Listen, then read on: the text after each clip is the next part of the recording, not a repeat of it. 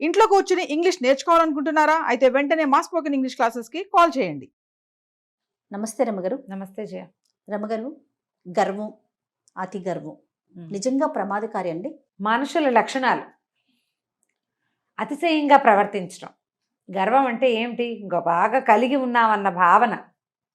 నాకేంటని, నాకు అన్నీ వచ్చనో తెలుసనో ఉన్నాయనో అంతా నాదేనో నేనంతకీ నేనే అనో ఏవో ఉంటాయి. అవి ఏవీ లేకపోయినా కూడా గర్వంగా ఉండేవాళ్ళు కొంతమంది ఉంటారు. అవును. నేను ఎవరికి తలవంచను, నేను ఎవరి మాట విన్ను, అంతా నాదే సాగాలి, నా ఇష్టం వచ్చినట్టే నేను ఉంటాను. ఇది డబ్బున్న వాళ్ళలోనే ఉంటుందని అనుకోవడానికి వీలు లేదు. అసలు డబ్బుకి గర్విష్ఠతనానికి సంబంధం కూడా లేదు. సాధారణమైన వాళ్ళు కూడా లొంగుబాటు లేని మనస్తత్వం. నాకు నచ్చదు, నేను ఇలాగే ఉంటా, అది కనపడుతూనే ఉంటాయి. అవునండి. ఇప్పుడు ఎవరికి తల వంచకుండా ఉండే ధీరోదాత లక్షణాలు బేసిక్ చిన్న వాళ్ళ దగ్గర కూడా ఉండొచ్చు. వాడు ఎవరి దగ్గర లొంగక్కర్లేదు, తనంత తను చేసుకోగలడు.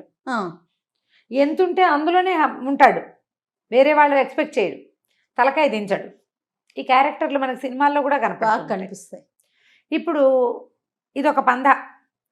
అందరూ నాకు అన్నీ చేయాలి, కానీ నేను ఎవరికి లొంగను. ఇది ఒక రకం. ఇది రెండో రకం. అవును.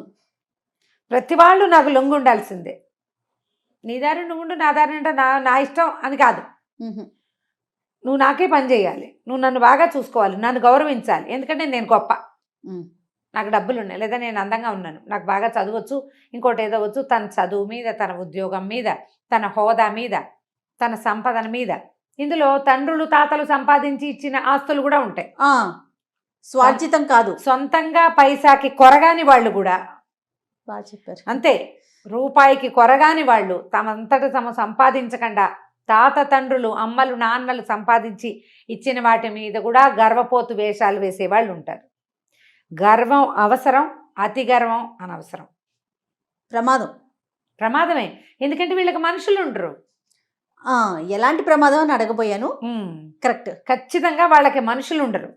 కానీ ఒక అంశం తీసుకుందాం రమ్మగారు. బాగా డబ్బు ఉందనుకుందాం, వాళ్ళకి ఎలాంటి గర్వం ఉంటుందంటే, నా దగ్గర డబ్బు ఉంది కదా, నేను ఏదైనా చేయించుకోగలను, మనుషులతో నాకేంటి పని, అవును, డబ్బు వేస్తే పనులు జరుగుతాయి అనే ఆలోచన ఉండదు. ఖచ్చితంగా ఉంటుంది, ఖచ్చితంగా ఉంటుంది. డబ్బు వేస్తే కాని పని ఏదో ఉంటుంది, చూడ ఒకటి, అది పెడతాడు దేవుడు వాళ్ళకి. ఉంటుందా రమ్మగారు అట్లా? ఎందుకుండదమ్మా, ప్రాణం వస్తుందా?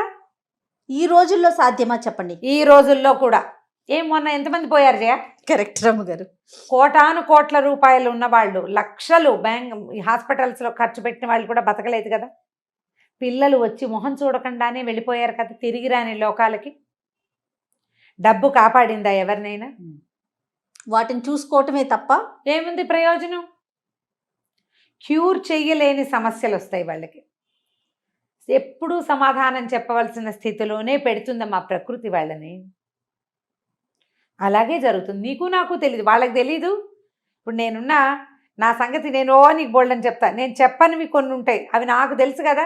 ఖచ్చితంగా కూర్చొని నవ్వుతూ ఉంటాను, నాకు నడు నొప్పో వీపు నొప్పో అనుభవించే నాకు తెలుస్తుంది, కానీ నీకు తెలియదు, నేను చెప్తే తప్ప.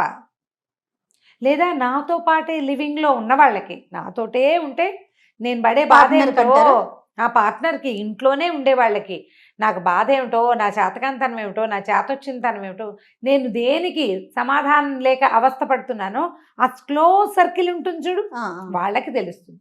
క్లోజ్ సర్కిల్లో కూడా తెలియని నొప్పులు కొన్ని ఉంటాయి, రహస్యాలు.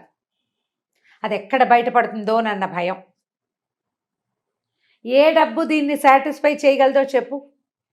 అవును రమ్మగారు. నువ్వు బయటికి గర్విష్ఠగా ప్రవర్తిస్తావు, నీ లోపల భయం నిన్ను కాల్చేస్తూ ఉంటుంది. గర్వం వదిలే, మంట తగ్గిపోతుంది. మనం గర్వంగా ఉన్నామంటే మన ఇష్టం వచ్చినట్లు మనం బిహేవ్ చేస్తున్నామని తెలుస్తుందా? తెలుస్తుందా మన బిహేవియర్లో ఆ తేడా? మనకే తెలుసు కదా. ఇప్పుడు ఏదైనా మనకి ఎక్కిపోతే మనం పౌడర్ రాసుకుంటే మన మొహం తెల్లగా ఉందని తెలీదు. అంతే, అంత సింపుల్ చేయాలి. ఇప్పుడు ఒక వస్తువు 500 రూపాయల వస్తువు అనుకుందాం, నువ్వు నేను కొనడానికి వెళ్ళాం, మన ఇద్దరికీ నచ్చింది. ఇప్పుడు నువ్వు 500 ఇస్తావు, నేను 1000 అయినా ఇస్తాను, నాకు కావాలంటాను, డబ్బులు ఉన్నాయి కాబట్టి. నేను అంటే నా డబ్బుల గర్వం ఉందనే కదా, అంతేనా? ఎంతైనా ఇస్తా, కావాలంటే 10 రూపాయలు ఎక్కువ తీసుకో, అది నాకు ఇచ్చేయి అంటే నా దగ్గర 10 రూపాయలు ఉందన్న గొప్ప. ఇవి ఇలా చిన్నగా మొదలై చివరికి చాలా పెద్దవవుతాయి. ఉంచుకోవచ్చు, కాకపోతే ఎవ్వరు లేని ఒక టైం వస్తుంది చూడు, అప్పుడు ఏ ప్రయోజనము ఉండదు. మనం ఈరోజు మన పరిస్థితి ఏంటంటే మన దారిని మనం ఎవరి దారిని వాళ్ళు ఎదిగి ముందుకెళ్ళిపోతున్నాం. కుటుంబాలు తాతల్ని ముత్తాతల్ని పెత్తాతల్ని అందరినీ వదిలేసాం. చిన్నగా నువ్వు నేను మనకొకటి రెండు, మిగిలిన వాళ్ళతోటి హాయ్ హాయ్ హాయ్ అంటాం, ఏవో ఫంక్షన్లప్పుడు కలుసుకుంటాం, వేరే వేరే దేశాల్లో ఉంటాం, ఫోన్లలో మాట్లాడదాం. ఇప్పుడు కొంచెం వాట్సాప్లో అందరితోటి మాట్లాడుకోవాలా పిచ్చి వచ్చింది. ఇప్పుడు మాట్లాడకుండా ఉండేవాళ్ళు కూడా ఉన్నారు. మాట్లాడే వాళ్ళు ఎలా ఉన్నారు, ఎలా నేర్చుకున్నారో అందరూ వాట్సాప్లో ఉండాలి. ఫ్యామిలీ గ్రూపు, మన ఇంటి పేరుతోటి ఓ గ్రూపు, మన school mates, college mates, office colleagues మేట్లు పెట్టుకుని మనం గ్రూపుల్లో ఉండి ఫ్రెండ్షిప్లతోటి మాట్లాడుకుంటూ కాలక్షేపాలు చేసుకుంటున్నాం. కొద్దిగా జన సమాజంలో అంటే సభ్య సమాజంలో ఉన్నట్టు జనజీవన స్రవంతిలో ఉన్న భావనలో ఉండేవాళ్ళు 50% ఉన్నారు.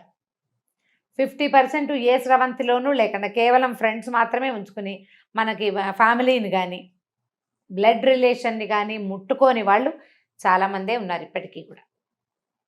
ఇప్పుడు వీళ్ళ పరిస్థితి ఏంటంటే గర్వమేనా కారణం? అంతే.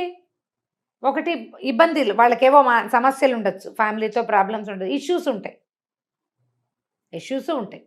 గర్వం కూడా ఉండొచ్చు. ఇప్పుడు ఈ కలుస్తాను చూడు గ్రూపు, కలిసే గ్రూపుల్లో కూడా గర్విష్ఠులు ఉంటారు. నేను అది కొనుక్కున్నా, ఇది కొనుక్కున్నా, నేను ఏదైనా కొనేస్తాను, నేను అక్కడికి వెళ్తున్నా. అందరూ మామూలు వాళ్ళు అనుకో, ఒకళ్ళు కొంచెం డబ్బులు ఉన్నవాళ్ళు. నువ్వు ప్రతిసారి నువ్వు కొనుక్కున్న వస్తువులు, నువ్వు వెళ్తున్న ట్రిప్పులు, నువ్వు చేయగలిగే హోష్ చూపించకూడదు. వీళ్ళు నీతో హలో హలో అంటారు కానీ వీళ్ళు నీతో మనసిచ్చి ఉండరు. ఎందుకంటే నువ్వు అన్నీ చేసేస్తావు, మన వల్ల ఏం కాదు. మిగిలిన వాళ్ళకి ఈర్ష్యాసూయలు పెరుగుతాయి. అవును, ఒకళ్ళ గర్విష్ఠతనంతో మిగిలిన వాళ్ళకి ఇవి వస్తాయి. ప్రధానమైందమ్మా, అరిషడ్ వర్గాన్ని జయించడం చాలా కష్టం. ఎప్పుడు చెప్తారు రమ్మగారు మీరు ఈ మాట, అక్షరాల నిజమండి. చిన్న చిన్న వాటిని కూడా మనం బీట్ చేయలేకపోతాం. మనం బీట్ చేయలేని పెద్ద బ్రహ్మ పదార్థం మన మనసు. అది పరిపరి విధాల వెళ్ళిపోతూ ఉంటుంది.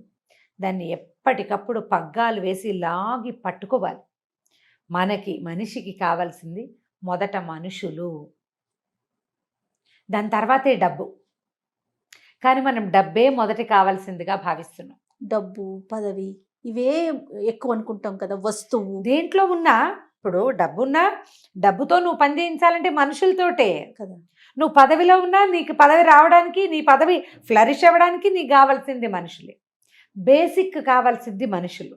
అక్కడి నుంచి నువ్వు డబ్బు పెట్టుకో, పదవి పెట్టుకో, నువ్వు ఇంకా కొంచెం ముందుకెళ్ళు, జీవితంలో ఏదైనా చెయ్యి, మొదటిది మనుషులు. నేను కింగ్ని క్వీన్ అన్న భావాల్లో ఉంటే తగ్గించుకోండి. కింగ్ క్వీన్లకి కూడా జరా మరణాలు తప్పవు. మామూలు విషయాన్ని కూడా మనం కర్మల వైపుకి తీసుకెళ్ళాలి. మనం దేని నుంచి తప్పించుకోలేము. ఆలోచించండి. ఇప్పుడు నేను చెప్తుంటే ఎవరో ఇక్కడి నుంచి పట్టుకెళ్ళి అక్కడ పెట్టారు అనిపిస్తుంది. ఆలోచించి సూక్ష్మంగా ఆలోచిస్తే ఎండ్ ఆఫ్ ద డే ఎంత అర్థం ఉందో. రాత్రి మనం మంచం మీద పడుకున్నాక తెల్లవారి లేస్తామని మనకి తెలుసా? గ్యారంటీ ఉందా? లేదు. మరుక్షణం తెల్లవారి మనం లేవకపోతే ఎవరెవరు వస్తారో మనకు తెలుసా? ఎవరు మనం లేవని దానితో పాటు నిలబడతారో వాళ్ళని మనం ఉంచుకున్నామా అని ఒక్కసారి ప్రశ్నించుకోవాలి మనం. అప్పుడు నువ్వు గర్వంగా ఉంటావా, యుగోయిస్టిక్గా ఉంటావా, అహంకారంతో ప్రవర్తిస్తావా? నీ డబ్బు మదానో పదవినో అధికారాన్నో దీన్ని ప్రదర్శించడం వల్ల దేన్నైనా మనం కోల్పోతామా? మనతో పాటు ఉన్న వాళ్ళని మిగిలిన వాళ్ళు సపోర్ట్ చేస్తారా, చేయరా? ఇది కదా మనం ఆలోచించుకోవాలి. ఇప్పుడు చిన్నపిల్లలు 25 ఏళ్ళు 30 ఏళ్ళు 35 ఏళ్ళు వచ్చేదాకా హుమ్మస్సులో తెలీదు. వాళ్ళకి సమాజం చాలా అవసరం. మొదటంతా సపోర్ట్ కావాలి, తర్వాత అంతా హెల్ప్ కావాలి, మారల్ సపోర్ట్ కావాలి. కానీ ఇది అత్యవసరము అనే విషయం తెలిసేసరికల్లా ఇవన్నీ చేజారిపోతాయే. మనకు అర్థమవుతుంది నలుగురు కావాలరా నాయనా అని. అవునవును. ఆ నలుగురు కావాలని మనకు అర్థమయ్యేసరికల్లా నలుగురు కాదు 40-50 మందిని చెడగొట్టేసుకుంటాం మనం. చెడగొట్టుకోకుండా ఉండాలంటే అది నేర్చుకోవాలి, నేర్పించాలి. గొప్ప అహంకారం, నేను చాలా ఇది, మాకు అవి ఉన్నాయి, మాకు ఇవి ఉన్నాయి, మాకు ఏదో ఉంది, మాకు మనుషులు ఉన్నారా అని ప్రశ్నించుకోండి. డబ్బిస్తే వచ్చేవాళ్ళు కాదు, మన కోసమే వచ్చేవాళ్ళు, మనతోటి ఉన్నవాళ్ళు. దాన్ని గనక మనం ప్రశ్నించుకుంటే, ప్రతి రాత్రి ప్రశ్నించుకుని చూడండి కొన్నాళ్ల పాటు. ఇవాళ స్టార్ట్. ఎస్, మనకి బాగుండకపోతే మన ఎవరెవరు పలకరిస్తారు, మన ప్రాబ్లంని మనం ఎవరెవరికి చెప్పుకోగలం, నా సమస్యని నేను ఎవరికి షేర్ చేయగలుగుతాను, ఆ షేర్ చేయగలిగిన వాళ్ళలో ఎందరూ నాకు చిన్న సొల్యూషన్ అయినా ఇవ్వగలరు, సొలేస్ కొంత ఓదార్పుని ఎవరు ఇవ్వగలుగుతారు? జస్ట్ ఓదార్చడానికైనా చాలు చేయొద్దు. ఎంతమంది ఉన్నారు అని ప్రతివాడు ఆలోచించుకుంటే, గర్విష్ఠగా ఉందామా వద్దా, నేను కింగ్ని అని నా యుగోని ప్రదర్శిద్దామా వద్దా అనేది అప్పుడు ఆలోచించుకోవచ్చు.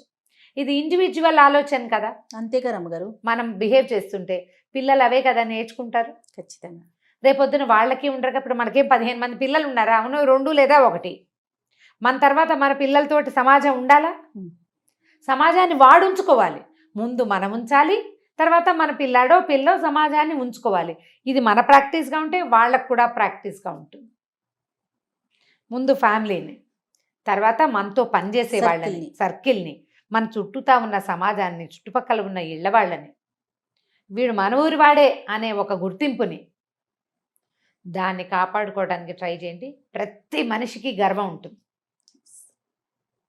మా ఇల్లు, మా తాత, మా నాన్న అంత గొప్ప పని చేశారు చెప్పుకుంటాం. మిగిలిన వాళ్ళని తక్కువ చేయకూడదు. ఎవరి గొప్ప వాళ్ళది. అంతే కదా. గొప్ప చెప్పుకోవడం వరకే ఉండాలి, కానీ ఆ గొప్పలోనే జీవిస్తామని మాత్రం ఉండకూడదు. లేదా నేనే బ్రహ్మాండంగా చదువుకుని ఐఏఎస్ అయిపోయాను. ఐఏఎస్ అధికారులందరూ పైన ఎక్కడ ఉండద్దు, మనుషులతో మాట్లాడకుండా ఉండాలి. వాళ్ళు కష్టపడి చదివారు కదా. అవును, ఆ కష్టం విలువ తెలిసి వాళ్ళు సాధారణ ప్రజతో కలిసి ఉంటే బాగుంటుంది. గుర్తు పెట్టుకుని రాత్రికి ప్రశ్నించుకోండి. తప్పకుండా రమ్మగారు. నమస్తే. నమస్తే జయ.